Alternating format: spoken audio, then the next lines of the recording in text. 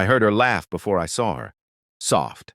Practiced. The same laugh she used at family dinners when Dad talked about loyalty like it was a religion.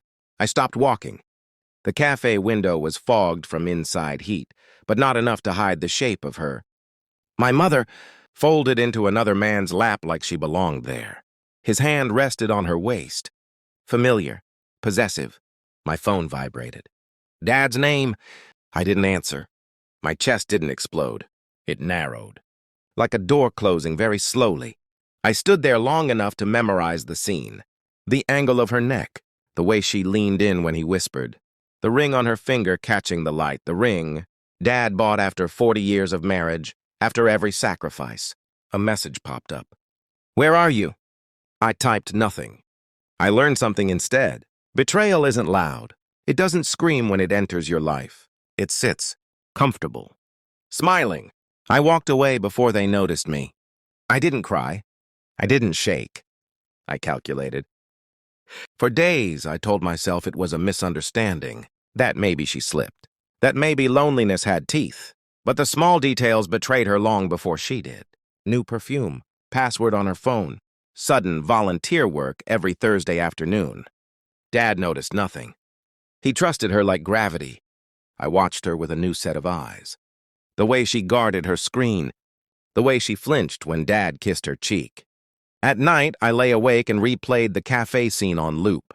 Her ease haunted me more than the act itself. This wasn't an accident. This was a life she had built quietly. Then came the phone call. She begged me for 5 minutes. Her voice cracked. Not with guilt, with fear. "Please," she whispered. "Don't tell your father." "I'll fix it." "Fix it." Like a stain. I said nothing. Silence terrifies liars more than screaming ever could. When I finally spoke, my voice was calm enough to scare even me. "You already chose," I said. "I'm just deciding what I'd do with it." She sobbed. I hung up. One phone call broke Dad that night. I didn't tell him everything. I didn't need to. The truth has weight. Even a fraction can crush a man. I moved like a ghost after that. Quiet. Observant. I pulled phone records. Tracked patterns.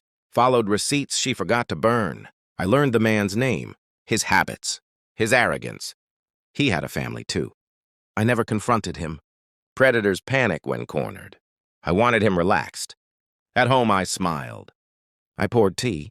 I watched my mother perform devotion like a role she was tired of rehearsing.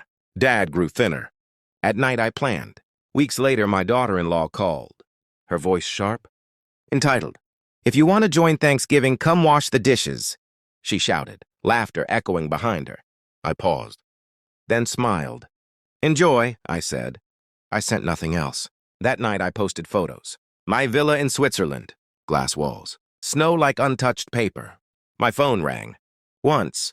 Twice. 71 times. Missed calls. Messages dripping with sudden affection. Greed has a smell. Once you notice it, you can never unsmell it. I ignored them all. Timing is everything.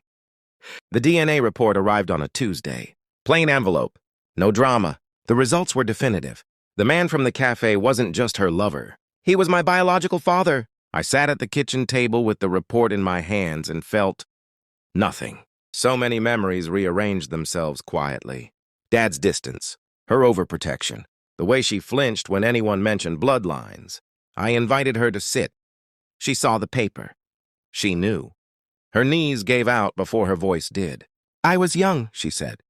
"I was scared." I slid the report across the table. "I already know," I said. She reached for me. I stepped back. Dad watched from the hallway. Silent, broken. She collapsed into herself. Years of lies finally catching up. I stayed upright. Composure is a weapon. I didn't scream. I didn't accuse. I simply executed. I sent one message from her phone to the man. "He knows. Don't contact me again." Then another to his wife. Attachments included. Truth doesn't need commentary. I packed a single bag. At the door, my mother fell to her knees. "Please," she said. "You're my child." I looked at her. "No," I said. "You borrowed me." Dad didn't stop me. He couldn't. I left her in the ruins of the life she curated so carefully. Control isn't about destruction. It's about precision. Switzerland is quiet. The snow absorbs sound. Mistakes. History. My phone stopped ringing eventually. Silence returned. I don't hate her. Hate requires attachment. I have clarity instead. Some people don't lose everything in one moment. They lose it slowly, every time they choose themselves over truth. I chose differently. And when I think of her now, I don't feel pain. I feel distance. The clean kind. The kind that never closes again.